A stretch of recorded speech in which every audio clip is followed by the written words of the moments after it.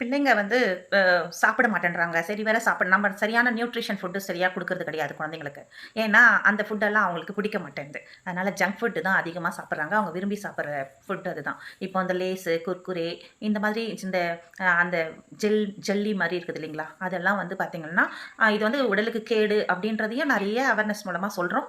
இருந்தாலுமே அந்த பொருள தான் அந்த குழந்தைங்க விரும்புறாங்கன்னு சொல்லிட்டு பெற்றோர்கள் வாங்கி குடுத்துடுறோம். இப்போ அந்த குழந்தைங்க வந்து அத சாப்பிட்டுட்டு அதுங்க உடல்ல வந்து இப்போ வெளிய அது பாட்டு எரிக்கும் போதே பார்த்தீங்கன்னா, அது எரியும். அப்போ வயித்துக்குள்ள போச்சுன்னா, அது மென்மையான உடல் எப்படி இருக்கும்?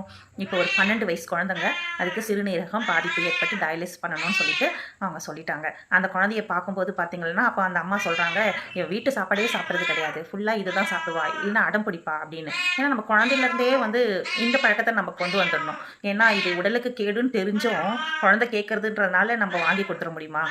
அந்த மாதிரி இனி வரும் காலத்துலயாச்சும் இந்த ஜங்க் ஃபுட்ட வந்து கொஞ்சம் ஸ்டாப் பண்ணணுங்க. ஏன்னா குழந்தைங்க எல்லாருமே பார்த்தீங்கன்னாக்கா, இதனால நெறைய இப்ப சீக்கிரமா இளம் வயசுல ஹார்ட் அட்டாக் வருது.